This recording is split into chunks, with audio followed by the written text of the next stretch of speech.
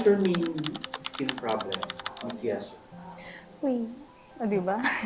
I have skin asthma, hypersensitive skin, acne-prone skin. Ayan. For me naman, I have intense oily skin. So, kaya sobrang oily skin ko, nagkakaroon talaga ako ng breakouts, acne, tas prone din ako sa dark spots. So, paano mo siya inaalagaan everyday, Miss Yasha? I use very gentle cleanser, hypoallergenic moisturizer, and perfect din. Nagsa-sunscreen ako very lightweight.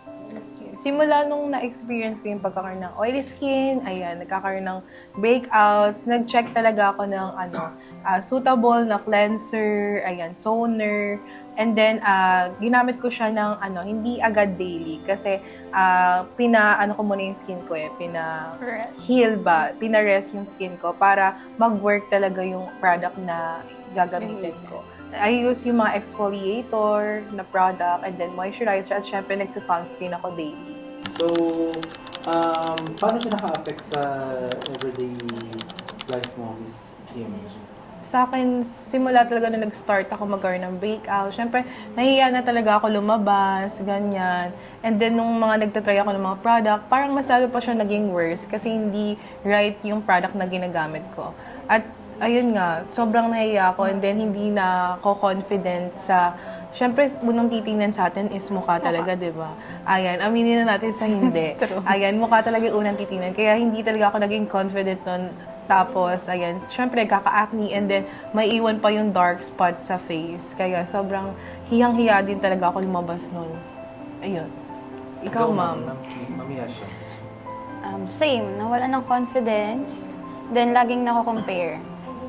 Dahil nga gumamit ng hindi dapat gamitin, mas naging prone, mas nasira yung skin barrier ko, and ewan ko na lang talaga kung bakit. Tinuloy ko pa talaga nun. Pero nung nalaman ko na hindi talaga okay, nag-stop talaga ako using na hindi talaga na perfect na product sa skin ko. Yes. Ayun. Ano yung mga worst experience nyo while having acne or breakout? Ako, sa akin, hindi naman OA, no? Pero pag naiisip ko kasi sa sarili ko na ganun yung face ko, parang ako nagbe-breakdown. Ganun. Parang nawawalan ako ng kumpiyansa talaga sa sarili. Dahil nga, ayun, sa gusto ko siyang matanggal, parang naging mas worse pa kasi nga I tried so many products talaga na hindi pala siya suitable and pwede sa akin. Ikaw, ma'am? Same. Super dami. Ang daming nangyari talaga na nako-compare ko yung face ko nung medyo teen pa talaga ako or parang months pa lang yung tinagal talaga ng skin ko na yun. So parang nakikita ko yung sarili ko sa salamin, bakit naging ganito? Dati okay naman ako or lagi na akong sinasabing, ang ganda mo naman, ang ganda ng skin mo. Pero nung Nag-start talaga yan, wala na talaga. Parang nasa bahay na lang, lagi pang nako-compare, that's why. Yes. Yan, naranasan niyo ba magpatingin sa doktor, sa dermatologist? Yan. Yes, na-try ko na din magpa-check. And then, ayun, sinubukan ko naman siya na talagang i-pursue talaga na sundin yung sinunod ko naman din. And then, ayan, may mga treatment, ayan, parang session para matreat yung mga acne, breakouts, and then may ni-recommend din ng mga products. And hindi talaga siya nag-work sa akin. Parang mas lalo pa ako naging acne-prone skin nung nag-try ako na magpa-check. Pero, ayan, natutunan ko naman din kung paano siya kung paano alagaan yung skin nung nagpa-check naman ako sa mga dermatologists. Ikaw, ma'am? Same lang, na hindi nag-work.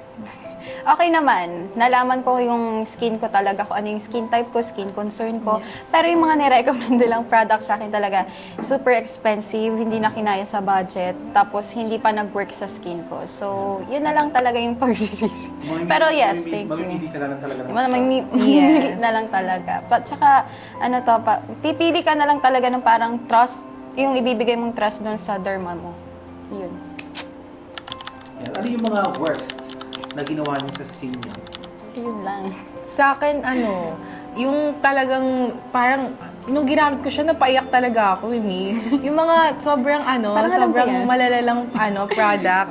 Ayan, like mga rejuvenating set, ganyan, Yan, yung mga nagpipil talaga siya sobra. As in, di ba, naglagay ako, syempre excited. Kasi yun talaga yung mga uso dati, di ba, ma'am? Yung mga rejuvenating set. Yung unang lagay mo pa lang, tapos kinabukasan, nagbabalat na Okay yung na. mukha mo. Tapos, hindi na rin ako talaga makalabas nun, ma'am, nung nagre-rejuvenating set ako.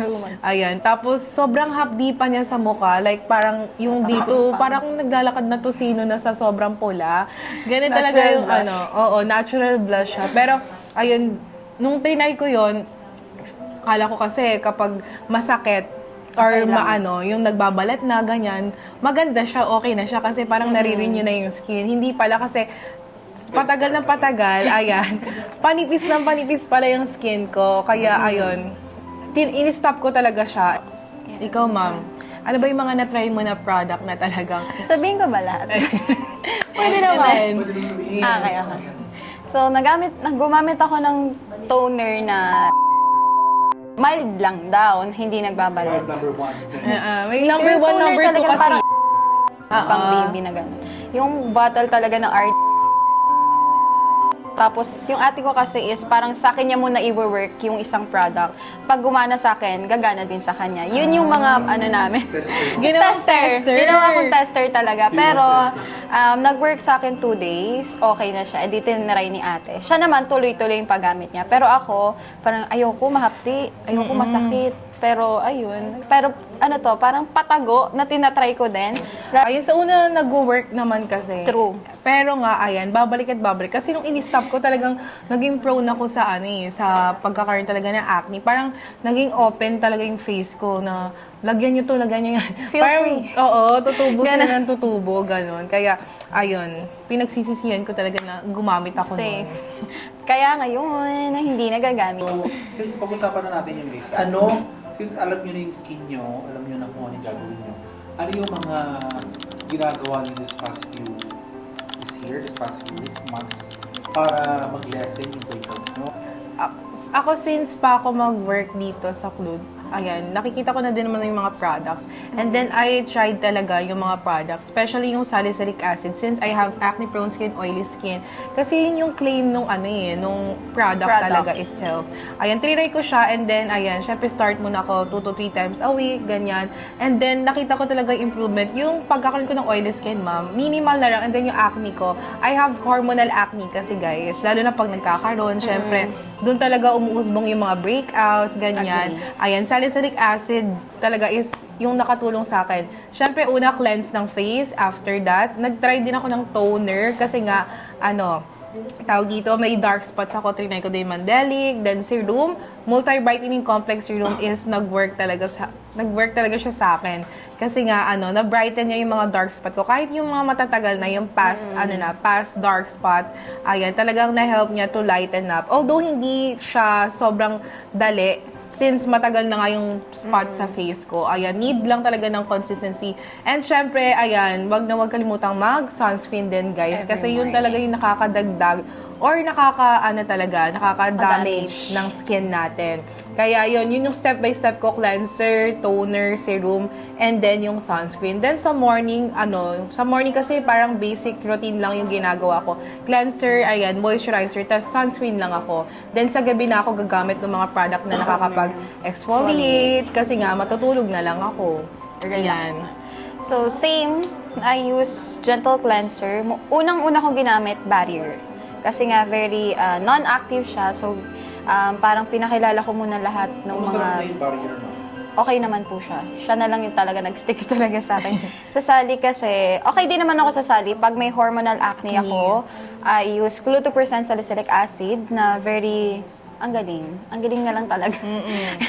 Same sila ginagamit ko alternate. Pag meron akong hormonal acne, 2 times a week ko lang ginagamit yung Sally. Then, the fluid barrier support is daily ko talaga siyang ginagamit na nakatago na siya. Then, yun ang una, cleanser. Then, moisturizer, then sunscreen every morning. Then, sa night naman, pag may hormonal acne ako, nagamit ako ng toner. Pag wala naman, cleanser, moisturizer lang, then rest. Rest na. Yes. Yan guys, very important talaga yung mag-double cleanse since, ayan, especially tayo, nag-makeup tayo, need talaga na mag-double cleanse ng face. Kasi nga, ayan, para ma-remove yung mga residue ng makeup, yun talaga, makeup. Kasi kapag na-trap siya sa skin, parang dun talaga ako nagkakaroon ng Same. breakout. Ganon. So, ayun guys, ayan, na-share na namin yung struggles Yes. namin with our skin. Ayan. Once again, I'm your Cool Dirty Kim. And I am Kulugner Diasha. See you again sa aming next video. See you!